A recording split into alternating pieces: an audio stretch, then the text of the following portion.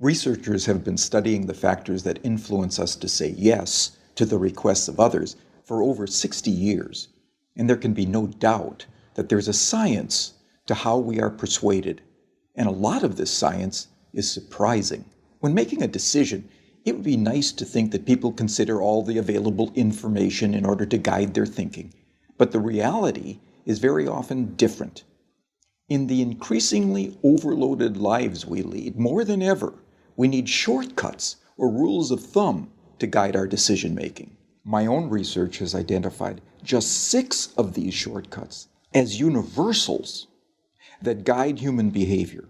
They are reciprocity, scarcity, authority, consistency, liking, and consensus.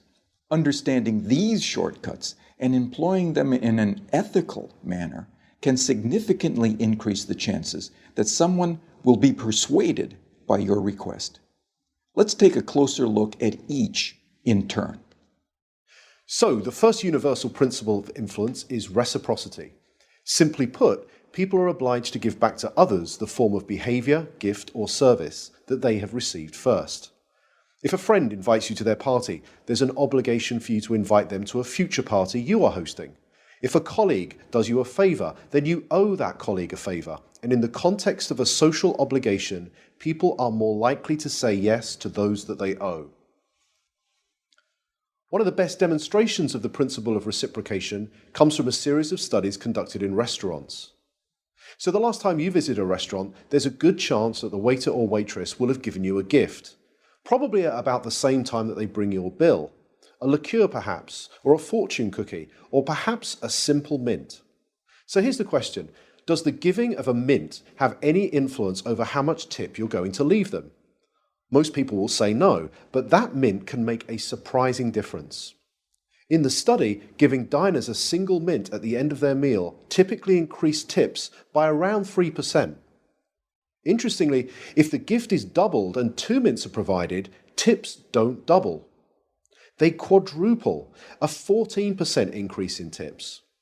But perhaps most interestingly of all is the fact that if the waiter provides 1 mint, starts to walk away from the table, but pauses, turns back, and says, "For you nice people, here's an extra mint," tips go through the roof, a 23% increase, influenced not by what was given, but how it was given. So the key to using the principle of reciprocation is to be the first to give and to ensure that what you give is personalized and unexpected. The second universal principle of persuasion is scarcity. Simply put, people want more of those things they can have less of. When British Airways announced in 2003 that they would no longer be operating the twice-daily London-New York Concorde flight because it had become uneconomical to run, sales the very next day took off. Notice that nothing had changed about the Concorde itself. It certainly didn't fly any faster, the service didn't suddenly get better, and the airfare didn't drop. It had simply become a scarce resource, and as a result, people wanted it more. So when it comes to effectively persuading others using the scarcity principle, the science is clear. It's not enough simply to tell people about the benefits they'll gain if they choose your products and services. You'll also need to point out what is unique about your proposition and what they stand to lose if they fail to consider your proposal. Our third principle of influence is the principle of authority, the idea that people follow the lead of credible, knowledgeable experts. Physiotherapists, for example, are able to persuade more of their patients to comply with recommended exercise programs if they display their medical diplomas on the walls of their consulting rooms. People are more likely to give change for a parking meter to a complete stranger if that requester wears a uniform rather than casual clothes. What the science is telling us is that it's important to signal to others what makes you a credible, knowledgeable authority before you make your influence attempt. Of course, this can present problems. You can hardly go around telling potential customers how brilliant you are, but you can certainly arrange for someone to do it for you. And surprisingly, the science tells us that it doesn't seem to matter if the person who introduces you is not only connected to you, but also likely to prosper from the introduction themselves.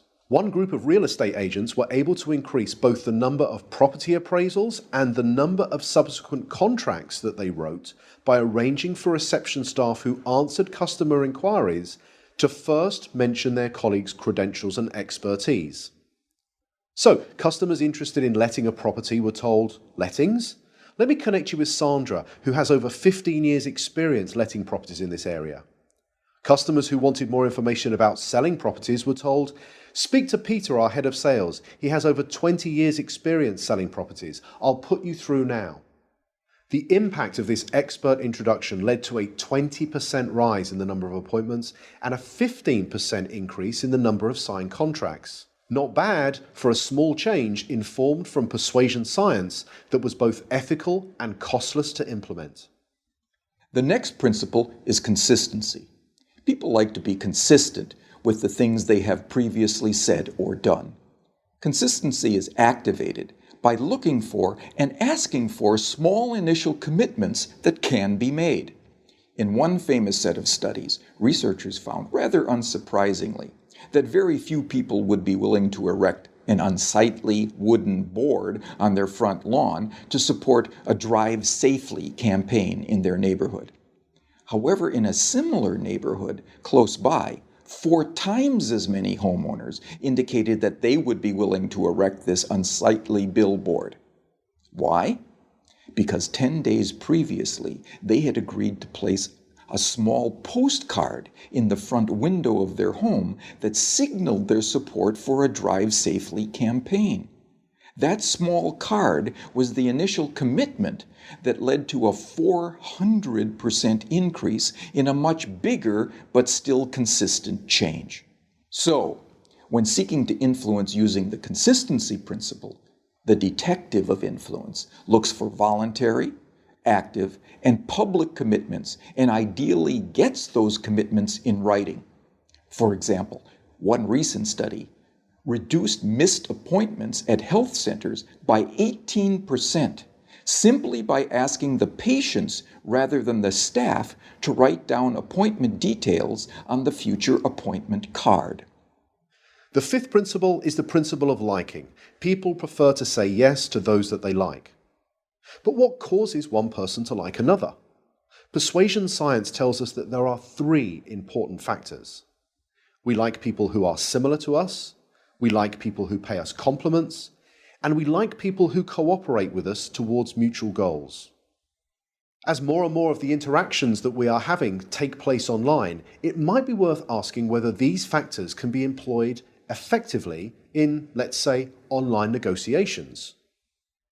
In a series of negotiation studies carried out between MBA students at 2 well-known business schools, some groups were told, "Time is money, get straight down to business." In this group, around 55% were able to come to an agreement. A second group, however, were told, "Before you begin negotiating, exchange some personal information with each other. Identify a similarity you share in common, then begin negotiating." In this group, 90% of them were able to come to successful and agreeable outcomes that were typically worth 18% more to both parties. So to harness this powerful principle of liking, be sure to look for areas of similarity that you share with others and genuine compliments you could give before you get down to business. The final principle is consensus. Especially when they are uncertain, people will look to the actions and behaviors of others to determine their own. You may have noticed that hotels often place a small card in bathrooms that attempt to persuade guests to reuse their towels and linen. Most do this by drawing a guest's attention to the benefits that reuse can have on environmental protection. It turns out that this is a pretty effective strategy, leading to around 35% compliance. But could there be an even more effective way? Well, it turns out that about 75% of people who check into a hotel for 4 nights or longer will reuse their towels at some point during their stay. So what would happen if we took a lesson from the principle of consensus and simply included that information on the cards and said that 75% of our guests reuse their towels at some time during their stay, so please do so as well. It turns out that when we do this, towel reuse rises by 26%. Now imagine the next time you stay in a hotel, you saw one of these signs. You picked it up and you read the following message. 75% of people who have stayed in this room have reused their towel. What would you think? Well, here's what you might think. I hope they're not the same towels. And like most people, you'd probably think that this sign will have no influence on your behavior whatsoever. But it turns out that changing just a few words on a sign to honestly point out what comparable previous guests have done was the single most effective message, leading to a 33% increase in reuse. So, the science is telling us that rather than relying on our own ability to persuade others, we can point to what many others are already doing, especially many similar others. So there we have it, 6 scientifically validated principles of persuasion that provide for small, practical, often costless changes that can lead to big differences in your ability to influence and persuade others in an entirely ethical way. They are the secrets from the science of persuasion.